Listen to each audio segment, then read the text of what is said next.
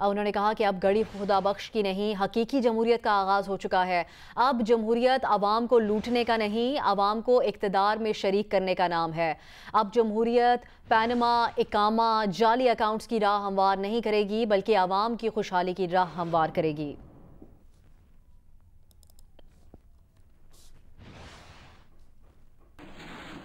آگے بڑھتے ہوئے آپ کو بتائیں، D G I S P R major general Asif Ghafoor سے chairperson Defence of Human Rights Amna Masood Janjua نے ملاقات کی ہے۔ اس ملاقات میں لاپتہ افراد کے معاملے پر بات چیت کی گئی۔ میجر جنرل آصف غفور نے کہا کہ ہر لاپتہ شخص کی گمشدگی کو ریاست سے نہیں جوڑا جا سکتا۔ کئی لاپتہ افراد افغانستان یا کہیں اور ٹی ٹی پی کا حصہ ہیں، ٹی ٹی پی کی طرف سے لڑتے ہوئے مارے گئے۔ ہمارے دل لاپتہ افراد کے اہل خانہ کے ساتھ دھڑکتے ہیں۔ جو افراد ریاست کے پاس ہیں وہ قانونی عمل سے گزر رہے ہیں۔ آمنہ مسعود جنجوعہ نے کہا کہ غیر ریاستی عناصر کو متاثرہ خاندانوں کا استحصال کرنے نہیں دینا چاہیے۔ پچھلے چند سالوں میں ہم نے پاکستان میں مشکل حالات کا سامنا کیا، ایک جنگ کی صورتحال سے ہم باہر نکلے تو مسنگ پرسنز کا مشن قائم کیا گیا، اس پہ بہت ساری ڈیولپمنٹ ہوئی، جو انیشل فگر آئے تھے اس سے بہت کم ہو گیا، اور حکومت اور ان کے ساتھ اداروں کی مل کے یہ کوشش ہے کہ اس مسئلے کو لاجیکل کنکلوژن تک پہنچائیں۔ اس وقت بہت سارے ایسے پاکستانی ہیں جو کہ ٹی ٹی پی کا حصہ بن کے افغانستان میں موجود ہیں، کیسز سامنے آئے ہیں اور کمیشن میں بھی گئے ہیں۔ اس سلسلے میں جو بھی معاونت ایجنسیز کی طرف سے، پاک فوج کی طرف سے کرنے کی ضرورت ہے، اس پہ آرمی چیف نے اسپیشل سیل بنایا ہے اور اس پہ پروگریس ہو رہی ہے۔ ہمارا دل ان کے ساتھ ہے کہ کس طریقے سے ہم ان کی مشکلات کو کم کر سکیں اور ان کو وہاں لے کے جائیں جہاں پہ ان کی زندگی دوبارہ سے ایک نارمل شروع ہو سکے۔ سب سے پہلے مسعود جنجوعہ میرے شوہر کے حوالے سے انہوں نے مجھے یقین دلایا ہے کہ ان کو ضرور ڈھونڈیں گے۔ اس ملک نے 80,000 سے زیادہ شہداء جو ہے وہ اس دہشت گردی کی آگ میں شہید کیے ہیں، خون اپنا دیا ہے اس ملک نے۔ اب چاہے وہ آرمی کے ہوں یا سویلین ہوں، وہ سب ہمارے بھائی ہیں۔ کچھ ایسے مظاہرے ہیں جس میں کہ وہ جھنڈے کو، پاکستان کے جھنڈے کو لانا پسند نہیں کرتے، اور انہوں نے مجھ سے میرا جھنڈا جو ہے پاکستان کا جھنڈا جو وہ میرے سے لے لیا، تو میں اس کی مذمت کرتی ہوں۔ اس طرح کی میں کسی بھی تحریک کا حصہ بننا نہیں چاہتی۔ میں بہت زیادہ شکریہ ادا کرتی ہوں جنرل قمر جاوید باجوہ اور ان کی جو بھی کوششیں ہیں اس مسئلے کا حل کرنے کے لیے، اور ہم کسی بھی ایسے اپنے پلیٹ فارم کو ایسے یوز ہونے نہیں دیں گے جو کہ کوئی ملک دشمن قوتیں ہیں یا کوئی اینٹی اسٹیٹ قوتیں ہیں۔ ہم بالکل ایک جذبہ حب الوطنی کے ساتھ اس مسئلے کو حل کریں گے اور اپنے ہی اداروں کے اوپر ٹرسٹ کرتے ہوئے انشاءاللہ اس کو، اور میں بہت زیادہ شکر گزار ہوں کہ اس کے اوپر پہلے ہی کام ہو رہا ہے اور ایک ایکشن کمیٹی بنا دی گئی ہے۔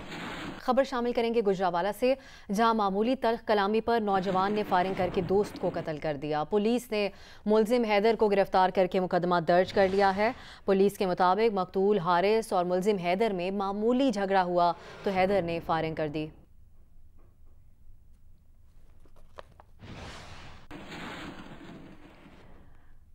ضلع سانگڑ کے علاقے کھپروں میں نہر میں نہاتے ہوئے 2 سگے بھائیوں سمیت ایک ہی خاندان کے 3 نوجوان ڈوب گئے۔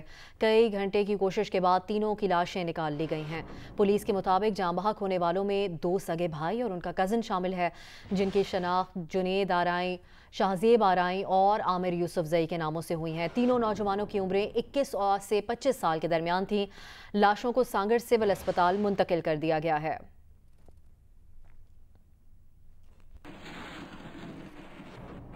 اور لاہور والے مردہ جانوروں کا گوشت کھانے سے بچ گئے۔ پنجاب فوڈ اتھارٹی نے گجرانوالہ سے مردہ جانوروں کو لانے والی 2 گاڑیاں پکڑ لیں۔ فوڈ اتھارٹی کے مطابق مردہ جانوروں سے بھری گاڑیاں پکڑ کر 4 افراد کو گرفتار کیا گیا ہے۔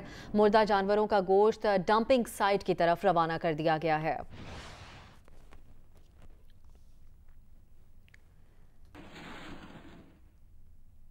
ایوبیا کے نواحی علاقے میں تیندوا آبادی میں آ گیا، جس کو مقامی افراد نے پکڑ کر محکمہ وائلڈ لائف کے حوالے کر دیا۔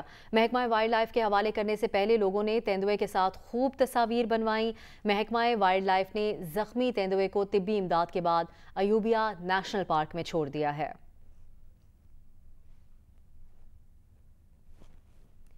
وزیر اعظم عمران خان نے اسلام آباد ایئرپورٹ پر پاکستانی عازمین حج کی سہولت کے لیے روڈ ٹو مکہ منصوبے کا باضابطہ افتتاح کر دیا۔ منصوبے کے تحت پاکستانی عازمین حج کو اسلام آباد سے روانگی کے وقت ہی امیگریشن اور دیگر متعلقہ سہولیات میسر ہوں گی۔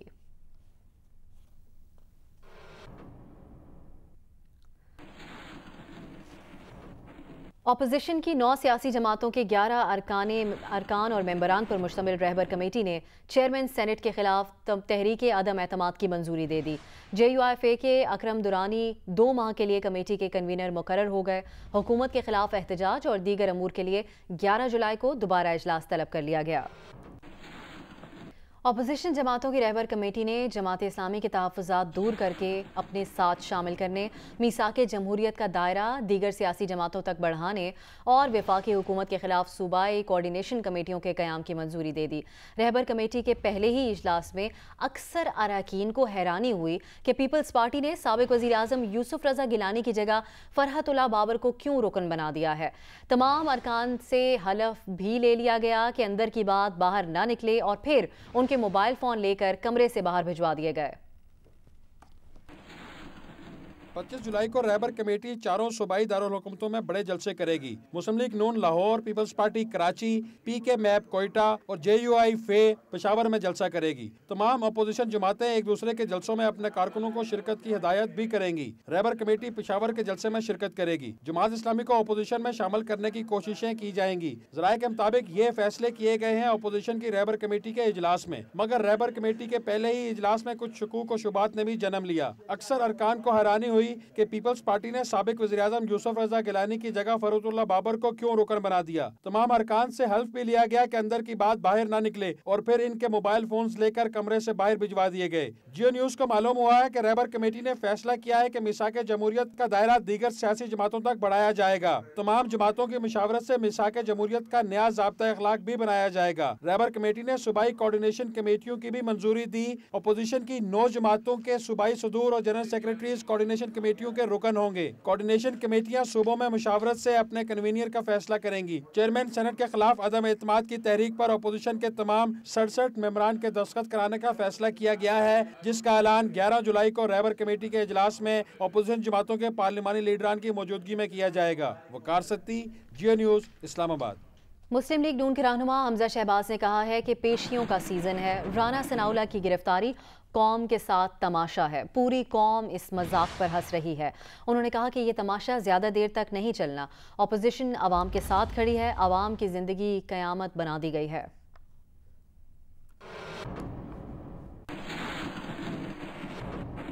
وزیر اعظم کی معاون خصوصی فردوس عاشق اعوان نے کہا ہے کہ سیاست کے گلو بٹ کس منہ سے لیکچر دے رہے ہیں۔ نون لیگی قیادت وسطائی ذہنیت کی بات کرتی ہے تو ماڈل ٹاؤن واقعہ اور معصوم لوگوں پر برستی گولیاں یاد آ جاتی ہیں۔ ایک بیان میں انہوں نے کہا کہ نیا پاکستان آئین اور قانون کی حکمرانی کا نام ہے، قانون سے کوئی بالا نہیں، آزاد قانون کا سامنا ہے تو چیخیں تو سنائی دیں گی۔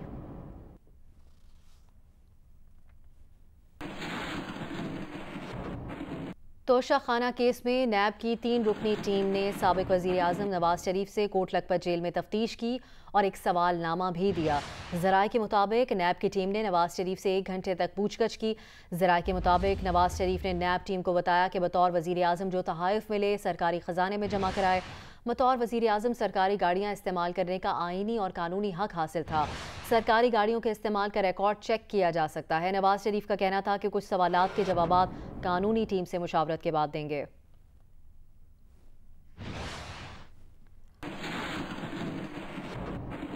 کراچی میں پانی کی قلت کیسے دور کی جائے؟ وزیر اعلیٰ سندھ کی زیر صدارت کانفرنس میں K4 منصوبہ جلد مکمل کرنے پر زور دیا گیا۔ پانی چوری روکنے اور بل وصول کرنے کے لیے کمیٹی بنا دی گئی۔ مسئلہ حل کرنے کے لیے تمام سٹیک ہولڈرز کا مل کر کام کرنے پر اتفاق ہوا ہے۔ کراچی میں پانی کا مسئلہ حل کرنے کے لیے وزیر اعلیٰ سندھ کی صدارت میں بیٹھک ہوئی۔ اپوزیشن جماعتوں کے رہنما، سول سوسائٹی کے ارکان اور تاجر برادری کے نمائندے شریک ہوئے۔ وزیر اعلیٰ سندھ نے کانفرنس سے اظہار خیال کرتے ہوئے کہا کہ پانی کا مسئلہ سب کو مل کر حل کرنا ہوگا۔ MQM نے K4 منصوبہ مکمل نہ ہونے کو وزیر اعلیٰ اور ان کی ٹیم کی ناکامی قرار دیا۔ خواجہ اظہار نے کہا کہ پانی کے مسئلے پر MQM احتجاج جاری رکھے گی۔ کراچی والوں کے لیے بہت بری خبر ہے کہ تسلیم کر لیا کہ کہ K4 10 سال سے پہلے مکمل نہیں ہوگا. وزیر اعلیٰ سندھ نے تسلیم کر لیا کہ جو 100 MGD کا پمپ کا کام تھا جو فروری میں مکمل ہونا تھا وہ اس سال کے آخر تک مکمل نہیں ہو سکے گا. پاک سرزمین پارٹی کے سربراہ مصطفیٰ کمال نے بھی K4 منصوبے کی تکمیل پر زور دیتے ہوئے کہا کہ PSP حکومت کے ساتھ تعاون کرے گی. آج جو پانی کراچی کو مل رہا ہے وہ ہے 1.5%. سندھ کے پانی کے کا 1.5% کراچی کو مل رہا ہے، جبکہ آبادی کراچی کی سندھ کی آبادی کا 50% انسان کراچی میں رہ رہا ہے اور ان کو سندھ کے پانی کا 1.5% رہ رہا ہے. تو تجویز ہم نے یہ پیش کی کہ سندھ کو اگلے 1200 کیوسک واٹر یعنی کہ 600 ملین گیلن پانی سندھ کے چیف منسٹر صاحب اس کو ایلوکیٹ کریں، اور وہ ان کے ہاتھ کی بات ہے، ان کے اپنے ایک سائن سے وہ ایلوکیٹ ہو جائے گا. PTI رہنما حلیم عادل شیخ نے K4 منصوبے کی تکمیل میں تاخیر کی تحقیقات کا مطالبہ کیا. پانی کی چوری پہ دہشت گردی کے تحت FIR کرنی چاہیے. K4 ایک سفید ہاتھی ہے. K4 ایک تو نیس پاک سے جو بھی رپورٹ آتی ہے اس کے بعد ہم سمجھ سکتے ہیں کہ جو بھی ذمہ دار ہیں جو 11-12 ارب جو ضائع ہو گئے ان کے خلاف کارروائی ہونی چاہیے. صوبائی وزراء مرتضی وہاب اور سعید غنی نے کانفرنس میں کیے گئے فیصلوں پر میڈیا کو بریفنگ دی. یہ کمٹمنٹ دی ہے کہ K4 پروجیکٹ سندھ گورنمنٹ ہر صورتحال میں کمپلیٹ کرنا چاہتی ہے، کیونکہ وہ سمجھتی ہے کہ جب تک اضافی پانی کراچی شہر کو نہیں ملے گا کراچی کے پانی کے مسئلے کو آپ مستقل بنیادوں پر حل نہیں کر پائیں گے. کانفرنس میں پانی کی یکساں تقسیم، چوری اور ضیاع کی روک تھام، جبکہ پانی کے بلوں کی وصولی کے لیے سعید غنی کی سربراہی میں ایک کمیٹی بھی تشکیل دی گئی. کیمرہ مین عدنان علی، سجاد حسین کے ساتھ Umama Malik, Geo News Karachi. Election Commission نے سندھ، خیبر پختونخوا اور بلوچستان کے ممبران اسمبلی کے اثاثوں کی تفصیلات جاری کر دی. وزیر اعلیٰ خیبر پختونخوا محمود خان 2 ارب 37 کروڑ 97 لاکھ روپے مالیت کے اثاثوں کے مالک ہیں. وزیر اعلیٰ سندھ مراد علی شاہ کے اثاثوں کی مالیت 22 کروڑ اور وزیر اعلیٰ بلوچستان کے اثاثوں کی مالیت 32 کروڑ روپے ہے. دیکھیے نوشین یوسف کی رپورٹ. الیکشن کمیشن نے سندھ، بلوچستان اور خیبر پختونخوا اسمبلی کے ارکان کے اثاثوں کی تفصیلات جاری کر دیں. وزیر اعلیٰ سندھ مراد علی شاہ کے اثاثوں کی مالیت 22 کروڑ 88 لاکھ روپے ہے. 4 کروڑ 15 لاکھ روپے مالیت کی پراپرٹی کے مالک ہیں. 1 کروڑ 42 لاکھ روپے مالیت کی 2 گاڑیاں ہیں. بینک اکاؤنٹ میں 16 کروڑ 79 لاکھ روپے ہیں. اہلیہ کے پاس 100 تولہ سونا ہے. وزیر اعلیٰ بلوچستان جام کمال کے اثاثوں کی مالیت 32 کروڑ 96 لاکھ روپے ہے. پراپرٹی کی مالیت 18 کروڑ 57 لاکھ روپے ہے. 16 گاڑیوں کی ملکیت 4 کروڑ 85 لاکھ روپے ہے. بینک اکاؤنٹ میں 4 کروڑ روپے ہیں. وزیر اعلیٰ خیبر پختونخوا محمود خان کے اثاثوں کی مالیت 2 ارب 37 کروڑ روپے سے زائد ہے. پراپرٹی کی مالیت 2 ارب 33 کروڑ روپے ہے. سندھ اسمبلی کے اسپیکر آغا سراج دورانی کے اثاثوں کی مالیت 7 کروڑ 96 لاکھ روپے ہے. سندھ اسمبلی میں قائد اختلاف فردوس شمیم نقوی کے اثاثوں کی مالیت 16 کروڑ روپے سے زائد ہے. رکن سندھ اسمبلی شرجیل میمن 37 کروڑ 80 لاکھ روپے ملکیت کے اثاثوں کے مالک ہیں. دبئی میں 3 پراپرٹیز کے مالک ہیں. فریال تالپور کے اثاثوں کی مالیت 38 کروڑ 90 لاکھ روپے ہے. قائم علی شاہ کے اثاثوں کی مالیت 2 کروڑ 76 لاکھ روپے ہے. ڈاکٹر ازرا فضل کے اثاثوں کی مالیت 10 کروڑ روپے سے زائد ہے. سعید غنی کے اثاثوں کی مالیت 2 کروڑ روپے سے زائد ہے. شہلا رضا کے اثاثوں کی مالیت 1 کروڑ 79 لاکھ روپے ہے. رکن خیبر پختونخوا اسمبلی روی کمار غریب ترین ارکان میں شامل. اثاثوں کی مالیت 1 لاکھ روپے ہے. صوبائی وزیر شوکت یوسف زئی کے اثاثوں کی مالیت 44 لاکھ روپے ہے. Nausheen Yousuf, Geo News, Islamabad. Corps commander Rawalpindi lieutenant general Bilal Akbar نے LOC اور سیاچن کا دورہ کیا. کور کمانڈر نے جوانوں کی تیاری اور جذبے کو سراہا. ISPR سے جاری بیان کے مطابق corps commander Rawalpindi lieutenant general Bilal Akbar نے سیاچن، نیلم اور مظفر آباد، کوٹلی اور بھمبر سیکٹر کے اگلے مورچوں پر تعینات جوانوں سے ملاقاتیں کیں. کور کمانڈر راولپنڈی نے جوانوں کے بلند حوصلے اور تیاری کو سراہا. انہوں نے کنٹرول لائن کے قریب آبادی کی حفاظت یقینی بنانے کے عزم کا اعادہ کیا. السلام علیکم، میں ہوں علینا فاروق شیخ اور آپ دیکھ رہے ہیں جیو نیوز. مزید ویڈیوز اور اپڈیٹس کے لیے ابھی سبسکرائب کا بٹن کلک کیجیے اور دیکھتے رہیے جیو نیوز.